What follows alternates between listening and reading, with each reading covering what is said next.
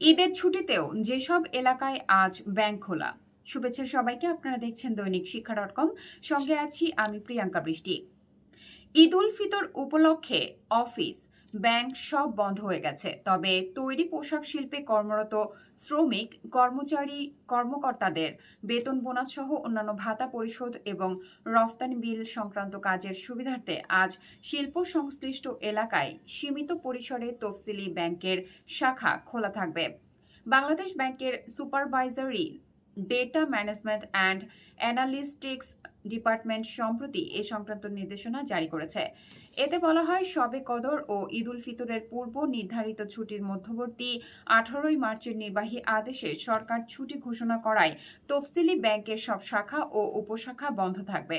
তবে ঈদ উল ফিতরের আগে তৈরি পোশাক শিল্প খাতে নিয়োজিত শ্রমিক কর্মচারীদের বেতন, বোনাস ও অন্যান্য ভাতা পরিশোধের সুবিধার্থে এবং রফতানি বিল ক্রয় বিক্রয়ের লক্ষ্যে শুধু ঢাকা মহানগরী, আশুলিয়া, টঙ্গী, গাজীপুর, সাভার, বালুকা, নারায়ণগঞ্জ ও চট্টগ্রামে অবস্থিত পোশাক শিল্পের লেনদেন সংশ্লিষ্ট এলাকার বাণিজ্যিক ব্যাংকগুলোর শাখায় পর্যাপ্ত নিরাপত্তা নিশ্চিত করে 18 ও 19 মার্চ যথাক্রমে বুধ ও বৃহস্পতিবার সীমিত সংখ্যক লোকবলের মাধ্যমে সীমিত পরিসরে ব্যাংকিং কার্যক্রম পরিচালিত হবে।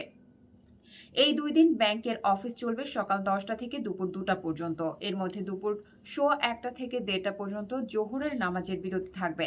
আর লেনদেন চলবে সকাল 10টা থেকে দুপুর 1টা পর্যন্ত।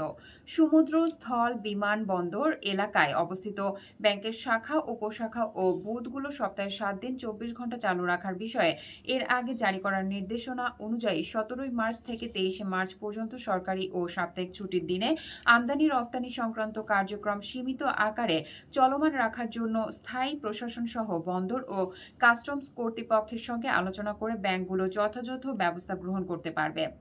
ছুটির দিনে দায়িত্ব পালনকারী কর্মকর্তা ও কর্মচারীরা বিধি মোতাবেক ভাতা পাবেন।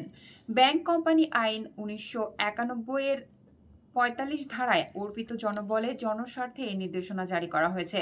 এ সংক্রান্ত নির্দেশনা জারি করে দেশে কার্যরত সব তফসিলি ব্যাংকের ব্যবস্থাপনা পরিচালক ও প্রধান নির্বাহী কর্মকর্তার কাছে পাঠিয়েছে বাংলাদেশ ব্যাংক।